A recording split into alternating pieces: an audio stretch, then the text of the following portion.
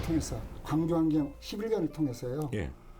저는 내 인생에서 배울 것을 다 배워버렸어요.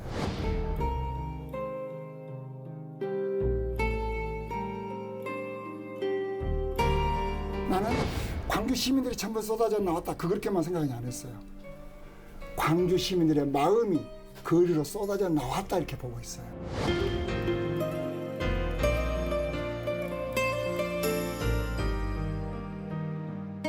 광주여 무등산이여 아 우리들의 영원한 깃발이여 꿈이여 십자가여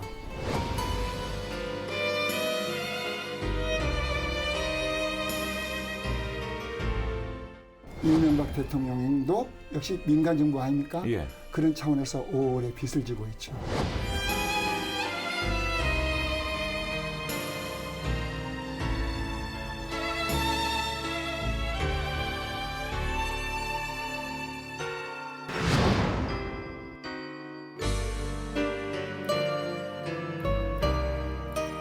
이사장님 반갑습니다. 네, 반갑습니다. 멀리서 오셨습니다. 아유 감사합니다. 네. 한복이 참 잘 어울리세요? 예, 저는 뭐 1년 12달 한복밖에 안 입습니다. 아 한복만 입으세요? 예. 그래서 어울리시는구나. 잘 어울리세요. 이건 지금 생활 한복인데요. 예. 이거 한복 좋은 것 같은데? 예, 조금 비쌉니다. 한복 몇 벌 있어요? 아, 많이 있으시겠네요. 오리지널 한복 있잖아요. 우리 순수한 예, 한복으로는 한 4벌 있고요. 예. 두루마기까지. 예. 그 다음에 이제 생활 한복이라 하죠. 혹은 예. 개량 한복이라 하죠. 예, 예. 이건 한 20벌 있습니다. 20벌 있으시고. 예. 예. 저보다 그 연세가 몇 살 위신 걸로 아는데 피부도 참 고우세요. 예, 뭐 관리를 잘 하시는 거예요? 피부 관리는 하지 않고요. 예. 그냥 세수만 열심히 합니다. 참 얼굴이 깨끗하세요. 예. 그러니까 마음을 편안하게 가지시나 봐요. 욕심을 안 낸다 할까요? 예. 그리고 이제 시를 쓰다 보니까 예. 여러 가지 그 잡스러운 생각을 하지 않고요. 예. 그냥 한 가지 길로만 살아오다 보니까 그런 것 예. 같습니다.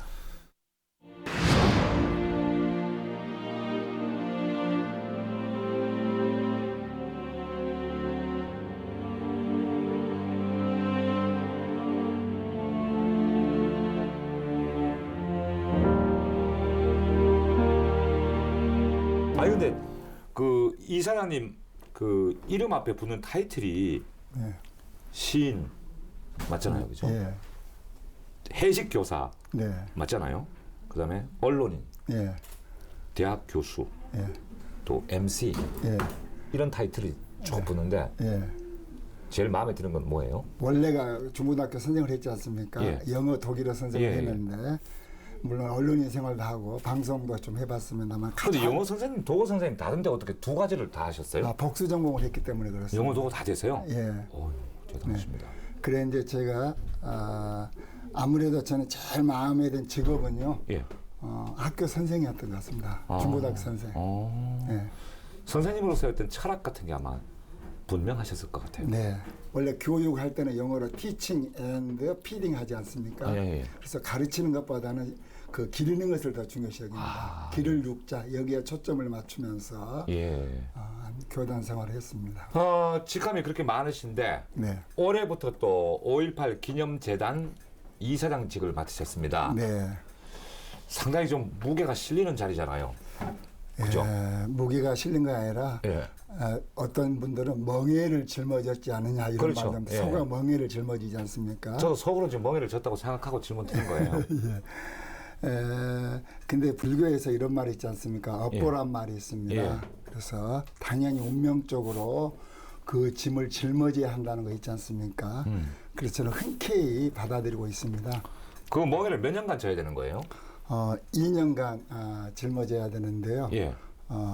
그 짧지만은 또 길기도 하죠. 예. 되게 바쁘신 자리죠, 이 자리가. 바쁠 뿐만 아니라요. 많이 신경을 써야 되는 예. 그리고 연구를 많이 해야 되는 그런 자리이기도 합니다. 그리고 이제 그 이사장 자격으로 어디 내 몸이 좀 가야 되는 네. 그런 일이 좀 많이 있으실 것 같아요. 특히 5월 같은 그죠? 경우는 예. 매일 행사장에 나가야 되고 예. 물론 여기서 일을 하면서 예. 때로는 가령 5월 18일, 20일, 21일 같은 경우는 예. 80년 그날이 그랬듯이 그렇죠. 예. 하루에 5번 행사를 참석해야 예. 하는 경우가 있습니다. 예. 그 해보니까 맞긴 맞습니까? 체질이에요. 예. 마음에도 맞고요. 예. 아주 즐겁게 받아들이고 있습니다. 그 어떻게 해서 선출되시는 거예요, 이사장 자격은? 옛날에는 이거 예. 그냥 추천을 했는데요. 예. 대우를 했는데 예.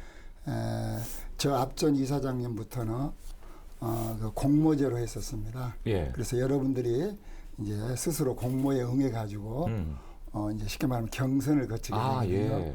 부득이한 제가 공모에 선출되었습니다. 아, 그러시구나. 네, 그러면 이제 2년간 내가 한번 이렇게 일을 해보겠다. 네. 그거 좀 제시해 주실래요? 먼저 저는 그 성실하게, 예. 착실하게 재단 일을 해야겠다. 예. 물론 여기는 다른 자리가 아니라 그 5.18에 대한 그 정신을 예. 사명감 가지고 계승하기 위해서 최선을 다하겠다 이런 각오를 가지고 있습니다. 예. 성품이 네. 참 따뜻하신가 봐요. 저 이제 방송 시작하기 전에 예. 저한테 더울까봐 막 붙여주시고 또 직원들에게 뭐 이렇게 부를 때도 반말을 잘 안 하시는 것 같아요. 굉장히 조심스럽게 부르고 이러시는 것 같은데. 저는 모든 예. 사람을 중심으로 보고 있거든요. 예. 우리 왕 선생님도 예. 지구의 중심이고, 예. 그리고 여기서 수고하고 예. 계시는 아나운서나 이게 또 예. 작가님들도 전부 예. 저마다 지구의 중심이기 때문에 예. 존중하고 있습니다. 그러니까 항상 이렇게 상대방을 존중하시고 존대하시고 네. 그게 몸에 배에 있으신 것 같아요. 아마 학교 때부터 그런 것 같습니다. 예. 저는 학교에서는 항상 학생들 그 중고등학교 선생할 때 예. 번호로 학생들을 부르지 않았습니다. 예. 1번 일어나, 2번 일어나 하지 않고요. 예. 항상 그 학생의 이름을 불렀습니다. 가령 왕 누구누구, 예. 김 누구누구 예. 이렇게 이름을 불렀지 2번 너 일어나 이런 식으로 하지 않았었습니다. 아마 인간 존중. 그것이 몸에 배었는 것 같아요. 예.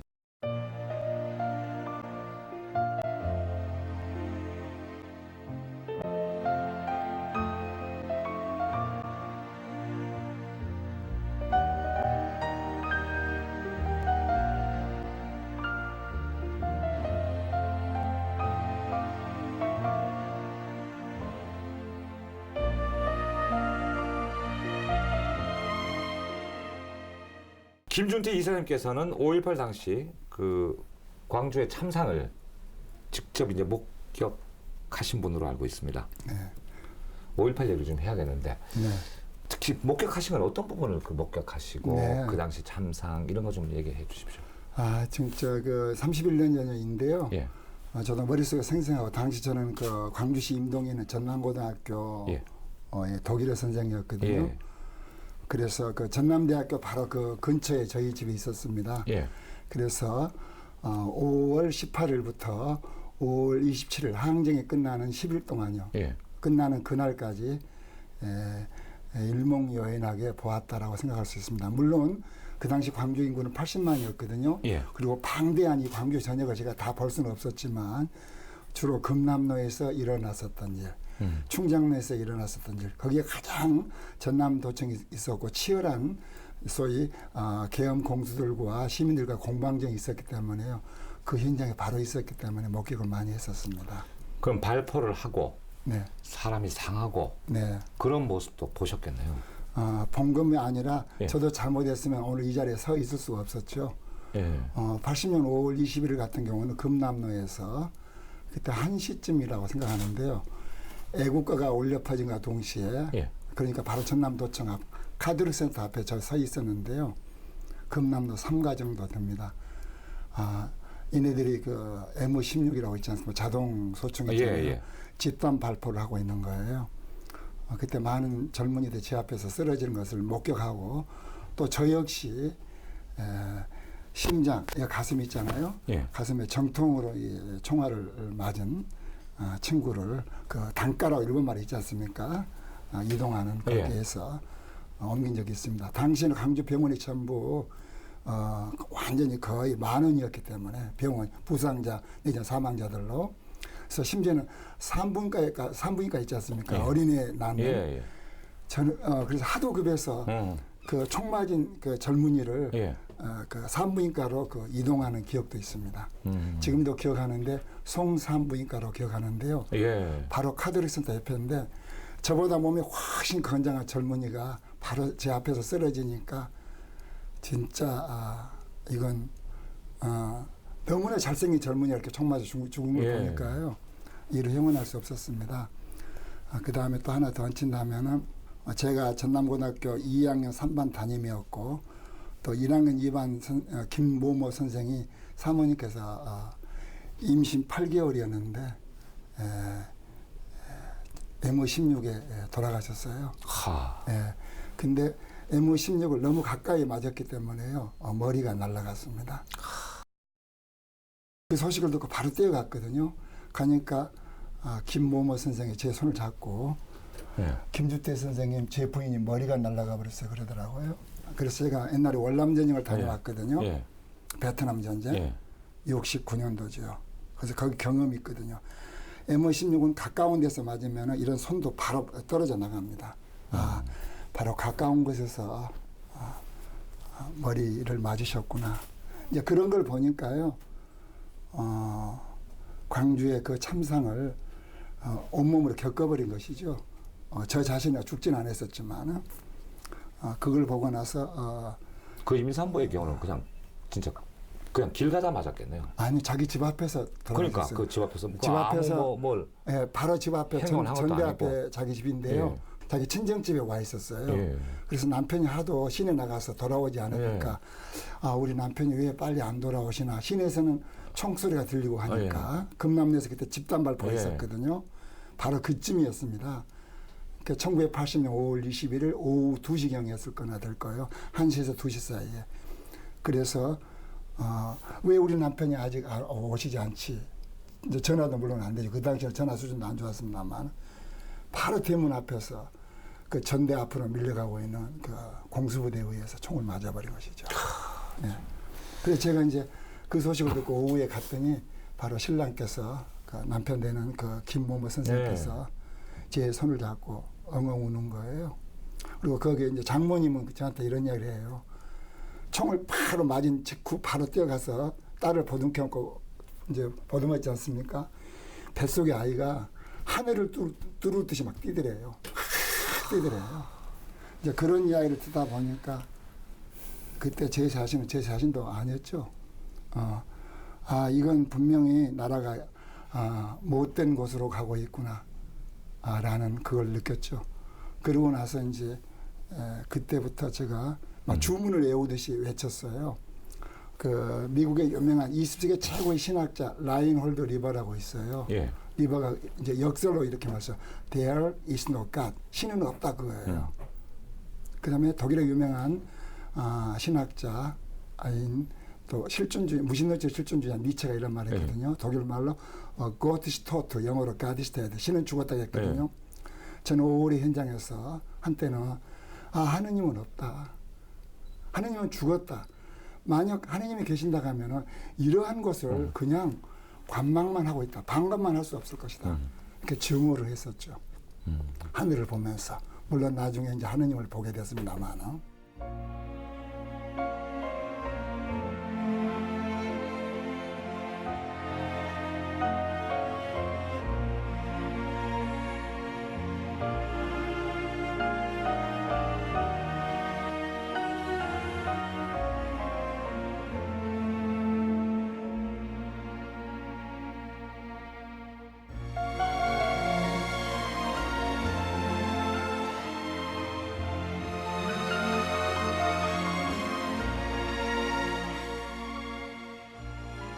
그 5.18 당시에는 30대 초반이셨겠어요, 그죠? 예, 제가 33살이었습니다. 예.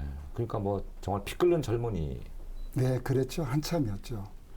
그러니까 이제 피 끓는 젊은이가 지금 이제 이렇게 60대가 되셨잖아요. 예, 60대 중반입니다. 그죠? 그러니까 그 5.18의 그때 기억이 저도 지금 생생하거든요. 네. 엄청났잖아요. 근데 이게 자꾸 세월이 가고 이러면서 또 경험하지 못한 젊은 세대들은 말로만 전해 듣고 이래서 그 참상을 사실 잘 모르는 분도 많고 자꾸 그게 이제 좀 희석이 되고 있어요. 자꾸 세월이 가면서. 그 증언자로서 그 저 목격자로서 이게 좀 이런 것이었다 하고 좀 일목요연하게 한번 설명하신다면 네. 어떻게 좀 말씀하시고 싶어요? 예, 아주 일목이 짧게 예, 그때 참상. 1980년 5월이 예. 왜 일어날 수밖에 없었는가? 그것은 나라가 분단되었기 때문에 일어난 것입니다. 나라가 분단되어 있으면 가장 힘을 가진 자가 소위 군부 아닙니까? 예. 그래서 이 땅에는 슬프게도 이승만 독재 정권 12년간이었죠. 그다음에 박정희 대통령이 군사 쿠데타를 일으켜서 어쨌든 18년 물론 공과도 있습니다만 18년 동안에 이른바 긴급조치 시대의 정치를 했지 않습니까? 그래서 12년, 18년 그러다가 1979년 소위 11.6 10월 26일 날 김재구의 총탄에 의해서 네. 돌아가지 않습니까? 이른바 예. 12.6 사태. 예. 그러고 나서 서울의 봄, 민주주의의 봄이 올지 알았는데 오지 않고 일부 잿밥에 눈이 먼 일부 군인들이 나라는 지키지 않고 38선을 지키라는 병력을 광주에 투입시켜버린 거예요. 그래서 예, 그렇죠. 가령 24단 같은 병력은 완전히 서울을 지키는 병력 아닙니까? 이 병력을 38선도 아닌 이 광주를 향해서 퍼부어 버린 거예요. 네, 그래서 도합 2만 5천 명의 군인들이 완전 무장한. 그러니까 공수부대 같은 경우죠. 그때는 특수부대라 갔는데 7공수, 11공수, 3공수 이 부대와 그 다음에 24단 그리고 향토 이 지역에 31사 향토사단이 있었거든요. 물론 그거는 작전에 투입은 안 됐지만 외곽을 지키고 있었으니까 도합 2만 5천에서 2만 8천 명 정도의 완전 무장한 군인들이 그리고 하늘에는 엄청난 헬기가 떠 있었어요. 진짜 5월 27일 같은 경우는 하늘이 시커맸었습니다. 저는 베트남 전쟁을 다녀왔기 때문에 아는데요. 소위 CH-47기랄지, 그 다음에 LN-랄지, 그 다음 심지어 F5 폭격기가 떠 있었습니다. 그리고 때는 나중에 밝혀졌는데요. 광주의 심장부인 도청에 폭격을 하려고 하는 그 의도가 있었습니다. 제가 시카고에서 나온 미국의 자료를 가지고 있는데 Falling Down Bomb in 광주, 광주에 폭탄을 때리려고 하는 그런 어마어마한 음모에 의해서 광주 시민들이 많이 희생됐었죠. 그러나 제가 5월에서 가장 느꼈던 부분은 그 죽음보다는 바로 이거예요. 바로 뭐냐면은 모든 시민들이 그 하나였다는 사실이에요. 민주를 위해서. 그러면서 소위 도시공동체를 만들면서 뭐입니까? 광주를 아름다운 모습으로 만들어 나갔다는 거. 여기에 대해서 저는 광주는 그때 절망과 좌절과 슬픔이었지만 또 희망으로서 부활하더라고요. 저는 그래서 역사의 승리라고 말하고 있습니다. 예. 이것을 역사의 승리 그런 차원에서 저는 젊은 학생들한테 교육이 필요하다고 생각하고 있습니다. 물론 일반 시민들한테도요. 그리고 지금도 뭐 직책도 그러셔서 진짜 5.18은 생생하게 좀 많이 담아 두셔야겠습니다. 네. 그죠? 예, 이런 말이 있습니다. 제가 독일에 갔더니요. 히틀러, 소위 나치 있지 않습니까? 예. 제2차 세계대전의 그 전범자. 가령 아이슈비츠에서는 유대인 40만 명을 학살했지 않습니까? 예. 함께 합쳐서 한 400만 명 학살. 제가 독일의 그 베를린 근교에 있는 작센하우스의 그 나치 수용소에서 학살된 거기서 한 6만 명이 학살됐대요. 예. 근데 이제 지금 거기는 민주주의 교육장을 사용하고 있더라고요. 거기에 독일 말로 Vergessen nicht und erinnern, 즉 잊지 말자 그리고 기억하자라는 것이 있더라고요. 그래서 그런 차원에서 저는 과거 즉 기억을요 기억하는 자만이 미래를 세울 수 있다라는 생각에서 5월을 묻혀두어서는 안 된다라고 오히려 자랑스러운 역사라고 생각하고 있습니다. 비록 많은 죽음이 뒤따랐지만요.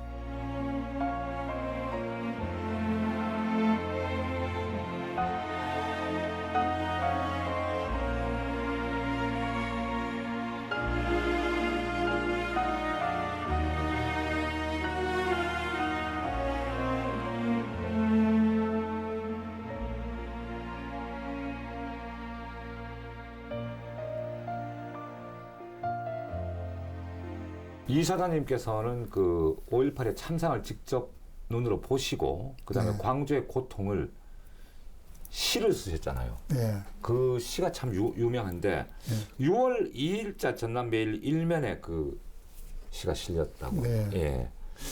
그 어떻게 해서 그 시를 쓰시게 됐어요? 그때 이제 예. 바로 5월 달에는 광주가 완전 봉쇄되어 있지 않습니까? 약 2만 5천 명 정도의 군인들에 의해서. 예. 그래서 시외버스, 기차, 비행기 전부 광주를 향해서 오지 않았습니다. 신문도 오지 않았었습니다. 예. 그리고 물론 KBS, MBC도 볼 수가 없었습니다. 예. 들을 수도 없었습니다. 그런 판국이 바로 5.18이었거든요. 그리고 나서 약 15일간인가 신문이 광주에 나올 수 없었습니다. 이제 6월 2일자 비로소 광주에 그 당시 2개의 신문이 있었거든요. 전남일보, 전남매일. 예. 그래서 전남매일에 15일 만에 나온 신문에 기사를 실을 수가 없었어요. 그래서 예. 저보고 전남매일의 문수태 당시 사회부장께서 예. 지금 소설가가 됐습니다만 전화가 왔어요. 예. 김주태 씨 빨리 그때는 신문이 석간이었습니다. 예. 시 한 편 써서 가져와서 일면에 실으려고 하네. 라는 말도 없이 어떤 시를 써달라고 이제 했겠죠. 광주의 참상을 담아주는. 예. 저는 그래서 그 쓰기 두렵지 않았어요? 근데 그때는 전남도청에 이제 모든 언론 그 검열관들이 와 있었습니다. 예. 특히 계엄사에서는 5명이 특파되어 예. 있었거든요. 물론 총 들고. 근데 저는 그때 젊었지 않습니까? 33살. 예. 그래서 각오를 했습니다. 때로는 시인들은 각오를 할 때가 있거든요. 예. 시를 쓰다 보게 되면 서정시를 쓰다가도 나라가 어느 위기에 당할 때는요. 때로는 이런 시는 메시지가 필요하구나. 알려야겠다. 그다음에 마니페스토 선언을 해야겠다.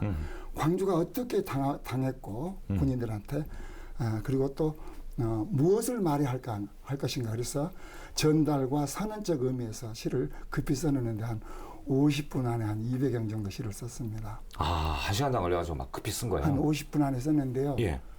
지금도 생각납니다만 그때 제가 전남대학 앞에 전남고등학교 선생으로서 전대 앞에 살고 있었는데 쇠빵살이 하고 있었거든요. 저는 그때 두 아들이 있었는데 어린 아들 예. 돌을 이제 앞뒤로 두고 있는. 그래서 저희 부인을 밖으로 내보내고 그 쇠빵에서 나도 모르는 사이 시를 썼어요. 근데 그때 그 시는 내가 쓴 것이라 생각 안 씁니다. 제가 조금 무당 기질이 있거든요.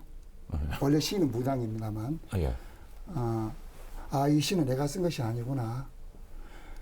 귀신들이 엄청나게 어떤 영혼이란 말이죠. 속된 말로 귀신이고 좋은 말로 영혼 아닙니까? 예.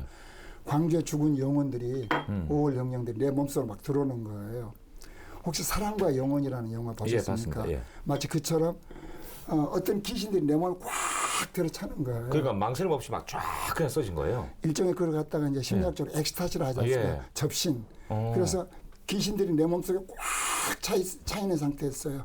그래서 나도 모르는 사이 써서 그대로 택시 타고 가서 신문사 갖다 줬죠. 예. 그래서 당일날 발표되기 직전에 검열관들이 이제 저를 잡으러 온다는 걸 알고 바로 도망쳤습니다. 그래서 자명을 계속 해가지고 한 달간 도망 다녔습니다.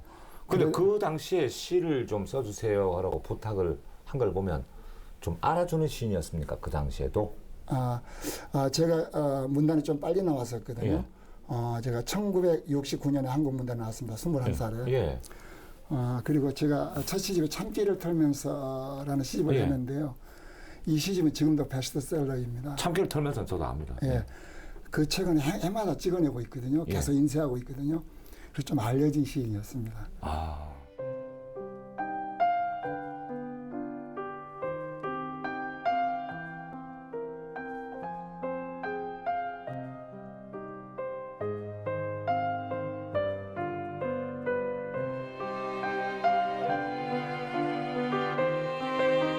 그 시가 이제 바로 광주여 우리나라의 십자가여. 네. 근데 검열에 걸려가지고 뭐 절반도 실리지 못했다면서요? 5분의 1 정도가 잘렸죠. 그러니까 약 200영 정도의 긴 시인데요. 예.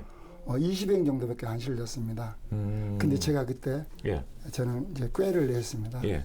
원래 시를 쓰는 사람도 아는데요. 예. 어떤 구절을 자르더라도 전달이 가능하다는 걸 알고 있었어요. 아. 그래서 문장 전체를 다 지워도 어느 한 줄만 살아남으면 광주의 진실을 전할 수 있겠다라는 시의 기법을 제가 도입했어요. 그런데 그 20행이 실린 것들을 보고도 시민들은 울었어요. 예. 그래서 그때 전남미일인데 아주 열악한 신문사 시절 아닙니까? 예. 지금의 컴퓨터로 신문 찍지만 예. 옛날에는 활판이었죠. 10만 부를 찍었대요. 그래서 전국으로 뿌렸대요. 근데 그 잘리기 전에 그 조판 있지 않습니까? 예. 활판. 예. 그걸 그것이 밖으로 빠져나가서 즉시 외국으로 번역이 돼버린 거예요. 그래서 AP, UPI, 로이터 외신을 타버리는 거예요. 그래서 전 세계로 광주를 알리는 계기가 돼버렸어요. 그죠. 예. 그 국내는 물론이고 전 세계에 이제 예. 그 광주의 참상을 알리는 계기가 그 시가 역할을 해준 거예요. 그죠? 예, 그 글씨는 이제 제가 그 쓸 때 일종의 예. 메시지하고 그 마니페스토 어떤 선언적 그 테크닉을 빌어서 쓴 거예요. 그러니까 빨리 외국에서도 광주가 이랬구나라는 그 진실을 알게 된 것 같아요. 그 시 쓰시고 나서 이제 피신하셨잖아요. 네, 바로 그 자명이라 하는데요. 예. 연고지가 없는 곳으로 도망다녀야 안 됩니다. 만약 처갓집이랄지 고향집에 가게 되면 바로 잡아오지 그렇죠. 않습니까? 그 연고 없는 거 어디로 갔어요? 전혀 나하고 인연이 없는 집에 가서 숨어 있는 거예요. 예. 그리고 이제 낮에는 돌아다니면 잡히니까 밤에만 시내 나와서 이제 기웃거리는 거예요. 제 고향 해남입니다만 해남에 가서도 숨을 수가 없잖아요. 그렇죠. 바로 그 예. 경찰서에서 잡으러 오니까 예. 기관에서 한 달 도망 다니다가 결국 체포됐잖아요. 예. 애들이 너무 보고 싶었어요. 예. 그래서 잠깐 집에 들렸는데 5분 안에 잡으러 왔더라고요. 그러니까 이제 그 경찰이 아예 거의 고정 배치가 돼 있었나 보네. 고정 그러니까. 배치 아니면 주변에서 그때는 신고를 안 하면은 예. 또 은닉죄가 있지 않습니까? 그래서 바로 신고가 들어가지고 예. 5분 안에 잡혀 들어갔어요. 잡혀갈 때 무서웠죠. 야, 내가 이제 앞으로 어떻게 될 것이냐. 그때는 그때만 해도 서슬이 시펄 때 아니에요, 진짜. 그때는 저는 이제 경찰서로 잡혀간 줄 알았거든요. 예. 그러니까 어디 갑니까 그랬어요. 예. 창문에 전부 이 검정천을 이제 씌웠더라고요. 예. 그러니까 서부 경찰서로 간다 하더라고요. 그러면 괜찮겠다 했더니 나중에는 서부 경찰서가 아니라 군인들이 하고 있는 505 보안대로 끌려갔어요. 보안사에서. 그럼 또 뭐 좀 많이 힘드셨겠네요. 예, 속된 말로 손찌검을 좀 당하면서 힘들었습니다. 제가 들어갔더니 전남대 교수로 또 한 15명이 잡혀가 들어와 있더라고요. 그래서 일단 안정을 했습니다. 저렇게 많이 잡혀 들어왔구나. 거의 지금 505 보안대를 지금 옮겼습니다만은 뭐 지하실이 어디 꽉 차 있었기 때문에요. 당시 광주에는 505 보안대, 상무대 영창, 공군 현병대, 광주 교도소가 완전히 대만원이었어요. 근데 그런데 잡혀 들어가면 일단 공포심을 느끼잖아요. 네. 거기다가 이제 고문을 하고 그러면 제가 지금도 기억합니다만 제가 예. 바로 잡혀 들어간 날이요. 예. 증심사 스님이 잡혀왔더라고요. 그 스님 이름을 여기서 밝힐 수는 없습니다만 예. H 스님인데요. 제 보는 앞에서 그 까까머리 스님 있지 않습니까? 스님들은 머리가 없잖아요. 머리카락. 그 스님을 막 분화발로 밟아버리더라고요. 유언비어죄로 걸려왔다는 거예요. 연불이나 하지 왜 네가 신도들 앞에서 5.18에 이러쿵 저러쿵 5.18을 말했냐. 그래서 나는 스님을 그렇게 짐승처럼 짓밟아 되는 걸 보고요. 이네들은 사람이 아니다. 다음에 내 차례인데 근데. 뭔가 먹은지 알았습니다. 소위 제정신으로는 그럴 수가 없다. 저는 그래서 지금도 그 수수께끼인데요. 일종의 LSD란 말 있잖아요. 환각제. 환각제를 먹었지 않느냐. 그래서 당시에 강주에 투입된 친구들이 제정신으로는 총을 쏠 수가 없거든요. 저도 베트남전에 다녀왔습니다만은요. 절대 사람이 정조준을 못한다 합니다. 어떠한 전쟁에서도 안 보고 총을 쏘는 것이거든요. 근데 이건 이 친구들은 분명히 뭔가 환각제를 먹었거나 아니면은 술을 먹고 광주에 투입됐구나라는 걸 알 수 있었어요. 제가 그 증심소 스님을 때린 걸 보고 그런 생각이 번쩍 들었던 것이에요. 때린 것이 나 밟아버렸죠. 군우발로. 그래서 이 사님 다음 차례 아니에요. 그 스님 다음에. 근데 제가 그때는 저도 정신이 없었어요. 그래서 두려움보다 지금도 기억이 안 나는데요. 어떤 극한상에 도달하면 사람은 오히려 초월자가 되는 거예요. 그게 참 이상해요. 왕선님도 그러거든요. 아주 어떤 극한상에 도달하면요, 오히려 차분해져 버려요. 그래요. 그래서 어떤 죽음에 직면하게 되면 오히려 사람 얼굴은 평화스러워지지 않습니까? 예. 말이 마치 그처럼 그래요. 딱 바로 어떤 그 폭력에 딱 맞닥뜨리게 되면요, 오히려 마음이 차분해져요. 왜냐하면 전부 포기한 상태랄까요? 마음대로 해라 이렇게 되는 거예요. 네, 아마 그것도 되고 오히려 승화됐달까요? 아마 그럼 그런 정신이 있기 때문에 뭐 거기서 뭐 잘못했어요라거나 뭐 이렇게 안 되네요. 그러니까 저는 끝까지 그건 빌지는 안 했었습니다. 저항이 예, 너는 왜 이런 시를 썼냐 그랬거든요. 그래서 저는 그때 33살이었지 않습니까? 아니, 제가 무슨 잘못했습니까? 저는 사실대로 했을 따름입니다. 팩트, 사실 있지 않습니까? 원래 시는 절대 거짓으로 시는 쓰지 않습니다. 학교 다닐 때 다 여기 제 앞에 서 계시는 군인 아저씨들, 수사관님들 다 중고등학교 나오셨잖아요. 대학교 나오셨잖아요. 시는 절대로 거짓말을 쓰지 않습니다. 예. 그런데 저보고 거짓말로 시를 쓰라고 하면 오히려 너는 사람이 되지 마라. 그런 거 다 똑같았기 때문에 저는 사실대로 썼을 따름입니다. 그런 말을 했었어요. 그랬더니 그 친구들이 그러더라고요. 좀 감동을 받은 것 같았어요. 그래서 다른 사람에 비해서 저는 이른바 고문을 이렇게 심하게 받지 않았었습니다. 그래요? 네. 전부 중고등학교 나왔지 않습니까? 예. 그래서 시인이라 하니까 자기들도 좀 뭔가 필이 간 모양이에요. 어떤 느낌이 움찔하더라고요. 이 사람은 총을 든 사람은 아니었구나. 그런 생각을 한 것 같아요. 네. Il y avait du temps de grand-maman, des fleurs qui poussaient dans son jardin. Le temps a passé, seul restent les pensées, et dans tes mains il ne reste plus rien. Qui a tué grand-maman? Est-ce le temps ou les hommes qui n'ont plus le temps de passer le temps? La la la la la la la la la la la la la la la la. Il y avait du temps de grand-maman, du silence à écouter, des branches. 근데 뭐 직장도 무사하진 않았겠네요. 그러면 그 당시에 교사였잖아요. 예, 고등학교 독일어 선생이었는데요. 예. 거기서 한 10일 되던 날 예. 총을 들고 문자가 들어 애무심을 딱 들고 옆에 딱 그 있지 않습니까? 서 있고 그 다음에 이제 수상관이 나를 불러요. 옆에는 이제 총 들고 서 있고 김주태 선생 그러니까 예 여기 사표 쓰세요. 보니까 3통을 쓰라가 돼요. 한 통은 당신은 광주시 교육청이라 전라남도 교육청. 예. 그럼 또 학교는 한 통은 학교 한 통은 이제 보니까 아마 문교부를 할지 어디 국방부로 가는 것 같아요. 예. 그래서 3통을 썼습니다. 그래서 사표 3통 쓰는 것도 처음 본다. 그죠? 예. 그래서 교육자들은 원래 학교에서 사표를 쓰거든요. 한 통만 쓰면 되는 거지 뭐. 예. 그만두는 마당에. 예. 근데 그건 또 강제로 그만두는 건데 3통을 쓰고 있어. 예. 그래서 아마 자기도 무슨 서류가 필요 있는 모양이에요. 그래서 저보고 한번 버텨보자 그랬어요. 내가 이거 왜 써야 됩니까? 옆에 총 들고 있는데 어떻게 화무장사도 못 해봐요. 안 되는 거예요? 예. 그거 참. 저는 그때 차분했습니다. 억울하지 않았었습니다. 왜냐하면 금남로에서 죽었던 사람들이 내 몸속에 들어왔었어요. 다시. 예. 그래서 하등에 뭐 두려움이 없었습니다. 차분하게 대응했었습니다. 그 수사관들한테. 이사님 그 시 있잖아요. 그러니까 광주의 고통을 전 세계 알린 시. 네. 시를 성우할 수도 있는데 네. 직접 한번 해주시는 게 또 낭송 한번 해주시면 어떨까요? 네. 그때는 제가 이 시를 쓰면서 왜 아라는 소리를 많이 했는가 모르겠어요. 저는 사실 모든 사람들 예. 시인이거든요. 예. 왕세인도 시인이에요. 예. 태어날 때 어떻게 울었습니까? 뭐 응아하고. 예. 울었잖아요. 예. 그 아라는 말이 시의 첫 대목이에요. 예. 그래서 모든 사람들 시인이에요. 예. 단지 시인과 일반인이 다른 점은 시인은 시를 많이 쓰기 때문에 시인입니다. 시인 왕 선생님한테 시 낭송하겠습니다. 예, 한번 전 경청할게요. 예. 네, 제목은 강주의 우리나라의 십자가였거든요. 예. 네, 그때 광주 시민들은 모두 저마다 십자가를 짊어졌죠. 예. 네, 금남로에서 무등산 올라가면서요. 예.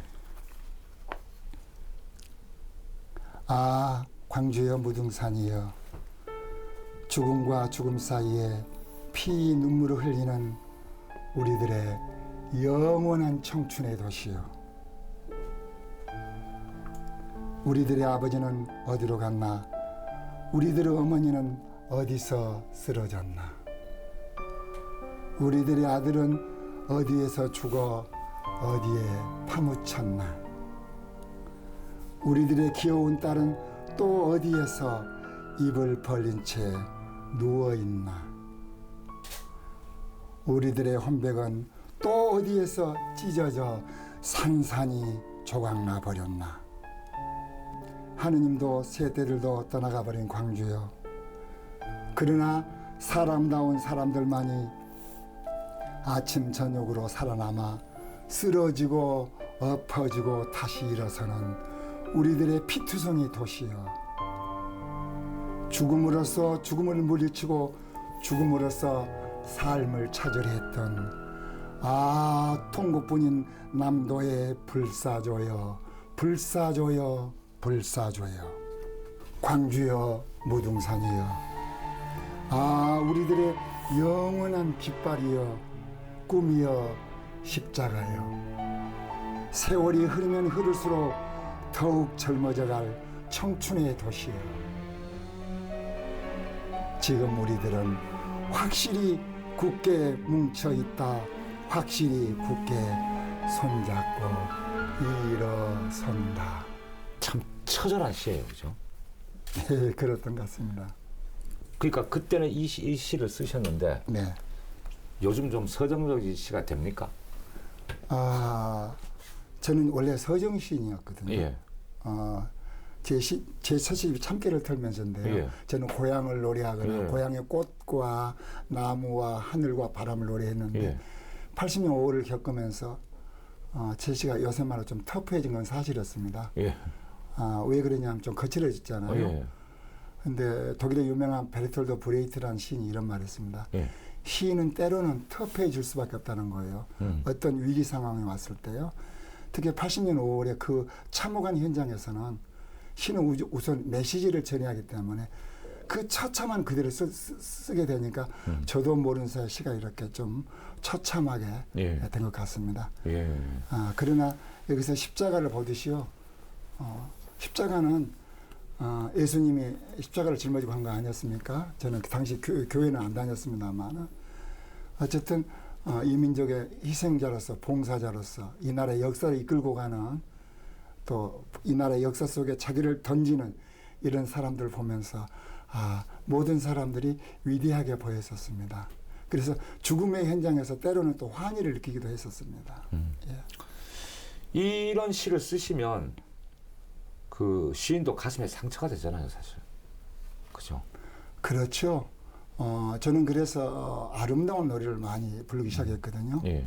제가 지금까지 약 1000여 편의 시를 썼는데요. 아마 더 썼을 겁니다만 광주에 대한 시, 광주에 바치고 싶었어요. 어느 특정 도시가 아니라 이 민족의 역사의 현장으로서 이 민족사의 기념이 될 만한, 이 민족사에 투신했던, 이 민족사에 온몸을 던졌던 광주를 향해서 500편의 시를 발표했는데요. 80년 당시는 그랬는데 그 이후로 쓴 시들은 상당히 서정시를 많이 썼습니다. 제가. 예. 왜냐하면 광주의 그 처절함이 녹아 들어가는 것입니다. 그래서 오히려 저는 부드러운 시를 더 많이 쓰고 있습니다. 지금도 그렇습니다. 예. 예. 사람들이 보면은 전혀 광주의 체험이 안 담긴 시라고 볼 수가 있어요. 가령 한송이 꽃, 그다음에 하늘의 이슬방울, 이런 시를 노래할 때 저는 광주를 바닥에 깔지는 않는데도 묘하게 광주의 그 어떤 DNA, 유전이가 스며들어 가더라고요. 예. 정서적 DNA가. 예. 역시 시는 서정이어야 되기 때문에 예. 성화가 돼야 되거든요. 예. 현실을 성화시키는 것이기 때문에 요즘 들어서는 보다 더 서정성을 높이는 데 전념하고 있습니다. 예. 물론 광주 정신을 버리는 것이 아니라 그걸 바닥에 깔면서 때로는 승화시키고 있습니다. 예. 김준태 이슬아님은 5.18을 소재로 500편이 넘는 시를 쓰셨습니다. 그죠? 네. 예. 그래서 5월 시인이라고 또 얘기를 할 수 있습니다. 네. 그 5.18을 빼놓고는 이분의 삶을 이야기하기 힘들겠다. 그런 생각을 하게 되는데 오랜 시간 동안 광주의 5월에 그렇게 천착하신 이유는 뭡니까? 네, 운명인 것 같습니다. 예, 엇보이겠죠, 붉은 말로. 저는 원래 농촌시를 쓴 아주 서정시를 쓴 시인이었는데요. 예. 그리고 교사였는데 5월을 통해서 광주환경 10일간을 통해서요. 예. 저는 내 인생에서 배울 것을 다 배워버렸어요. 그래서 즉 10일간이 100년 동안 배울 것도 다 배워버렸어요. 한국의 역사 그리고 예. 사람들의 마음속이 그때는 사람들의 마음이 전부 거리로 쏟아져 나와버렸어요. 나는 광주 시민들이 전부 쏟아져 나왔다 그렇게만 생각이 안 했어요. 광주 시민들의 마음이 거리로 쏟아져 나왔다 이렇게 보고 있어요. 아, 광주의 저 아름다운 정신 그 죽임 속에서도 그 처절한 죽음 속에서도 당했었던 그 사람들의 아름다운 마음을 전달해야겠다.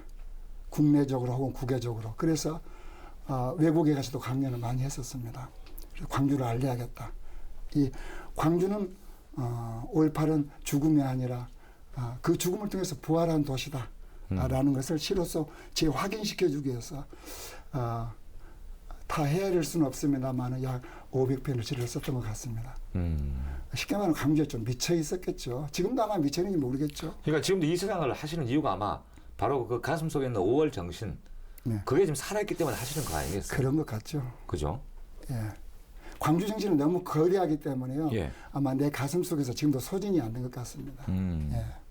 올해가 5.18 31주년입니다. 예, 30일. 그러니까 이제 참 많은 시간이 흘렀습니다. 정말 네. 그죠? 참 빨리 흘렀다는 생각도 네. 들고 많은 변화가 있었는데 광주의 5월에 진 빚이 참 많다 이렇게 볼 수도 있는데 5.18이 우리 현대사에 미친 영향 네. 어떻게 해석할 수 있을까요? 네. 5.18은 한국 현대사를 갖다 완전히 바뀌어줬죠. 거듭나게 해줬지 않습니까? 예. 참 우리나라 역사가 현대사가 좀 안타까운데요. 슬프기도 하고 비극이 많지 않습니까? 어쨌든 6.25 한국전쟁 이후에 12년간의 이승만의 독재 정권, 18년간의 박정희 소위 군사 정권이라고도 그러죠. 예. 박정희 대통령의 예. 정권. 12년, 18년. 그리고 1980년 엄청나게 광주에 5월이 왔었지 않습니까? 그래서 전두환 노태우에 대한 5월이 계속됐어요. 80년 5월 10일간만 싸운 것이 아니거든요. 10년 동안 끊임없이 싸우게 된 거예요. 그래서 5월은 승리를 거둔 것이죠. 이른바 계속되는 투쟁 속에서. 예. 그래서 소위 김영삼의 문민의 정부. 민주화를 일궈낸 거죠. 그러니까. 그렇죠. 예. 김영삼 대통령 문민의 정부, 김대중 대통령의 국민의 정부, 노무현 대통령의 참여의 정부. 이른바 민간 정부를 갖다 만들어낸 것이죠. 그리고 지금도 실용주의 노선을 갖다 말하고 있는 이명박 대통령도 역시 민간 정부 아닙니까? 예. 그런 차원에서 5월에 빚을 지고 있죠.